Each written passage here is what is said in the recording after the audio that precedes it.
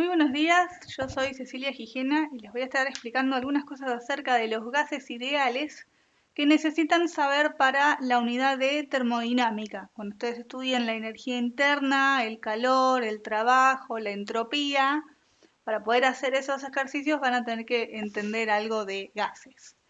Les voy a mostrar primero una simulación que aparece en una página que se llama PHET. Ustedes ponen PHET en internet, lo van a encontrar. Acá la encontré. Ley del gas ideal. Voy a acceder por acá. PHET se llama la página. Simulación sobre las leyes de los gases.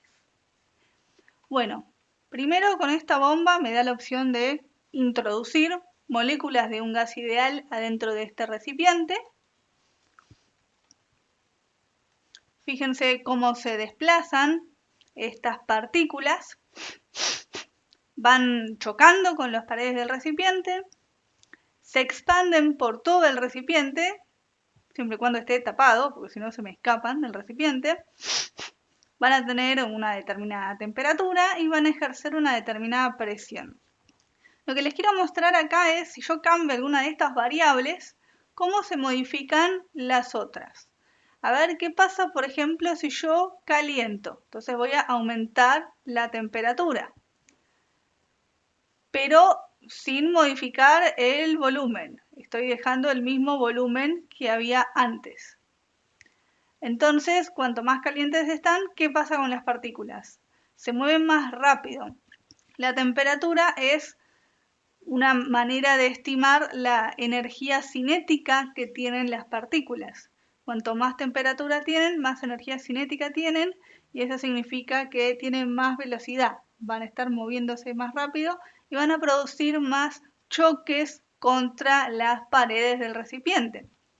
Habrán visto antes que presión se entiende como fuerza sobre área.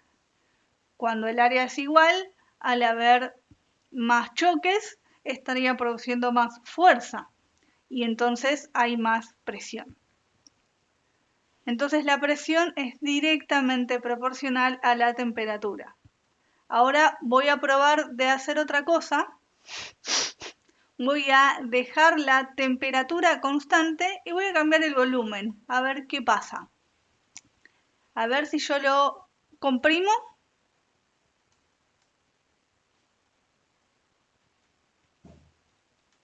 Algo hice mal. Se me explotó el recipiente y me quedó abierto. Se me empezó a escapar gas, porque se ve que excedía a la presión que soporta el recipiente. A ver, vamos a probar para el otro lado. Voy a expandirlo.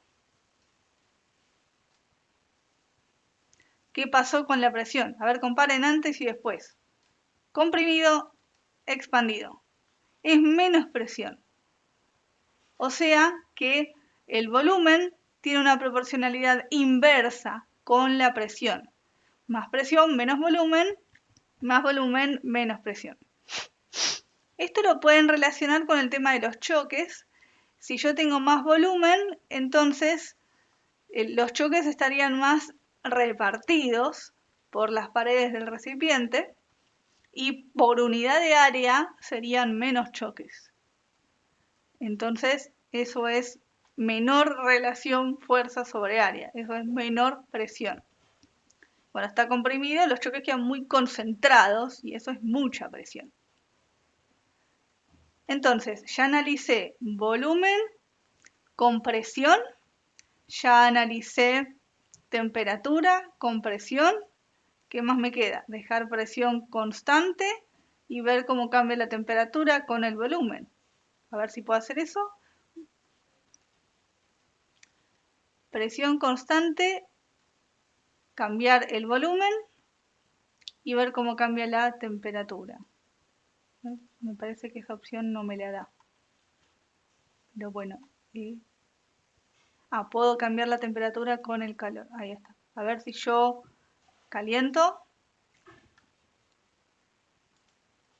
Bueno, no me permite la simulación hacer un volumen más grande que esto. Pero vimos una pequeña expansión de volumen cuando yo le di calor. manteniendo la presión constante. A ver, voy a ir para el otro lado. Yo enfrío, baja la temperatura y baja el volumen a presión constante. Para poder mantener la misma presión cuando está más frío, se tiene que comprimir. Y si cuando está más caliente, se tiene que expandir. Ahí tienen la proporcionalidad entre la temperatura y el volumen. Bueno, ahora se las voy a mostrar con las fórmulas. La fórmula que van a usar para los gases, algunos ya la conocerán de química, dice presión por volumen, moles por una constante por la temperatura. Ahora voy a usar una técnica que habíamos usado mucho cuando vimos hidrodinámica, sobre todo en fluidos reales, que es dividir una ecuación por la otra. Voy a hacer presión 1, volumen 1, moles 1, R, temperatura 1, dividido, ahora la misma ecuación pero con otros datos, presión 2, volumen 2, N2, R, T2. Bueno, el R lo puedo cancelar. Si no hay reacción química y no introduzco más gas o quito gas del recipiente, puedo cancelar también el N. Entonces, con esto yo estaría llegando a una nueva fórmula que dice así: presión 1, volumen 1 sobre presión 2, volumen 2 es temperatura 1 sobre temperatura 2. Despejando esto, pueden llegar a esto otro,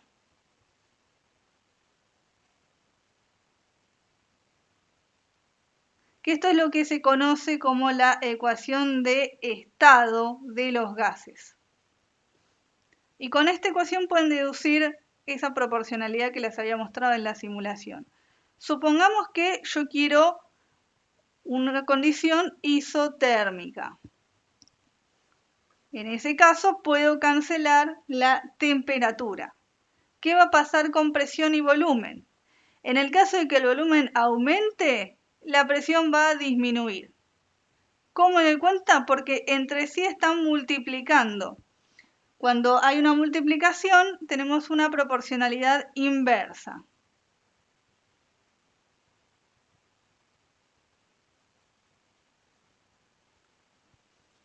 Entonces, más volumen, menos presión, o menos volumen, más presión.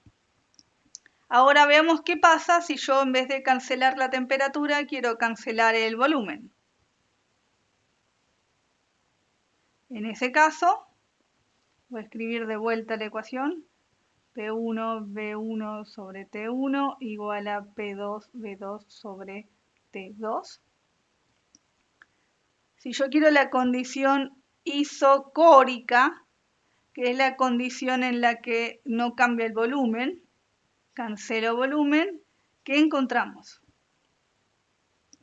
Si aumenta la presión, también aumenta la temperatura. Hay una proporcionalidad directa entre temperatura y presión. Y ahora, siguiente caso, escribo de nuevo la ecuación. Lo que me queda es la condición isobárica. Condición isobárica es la que cancelo la presión. Y en ese caso, ¿qué pasa? Más volumen, más temperatura. Entre volumen y temperatura también hay proporcionalidad directa.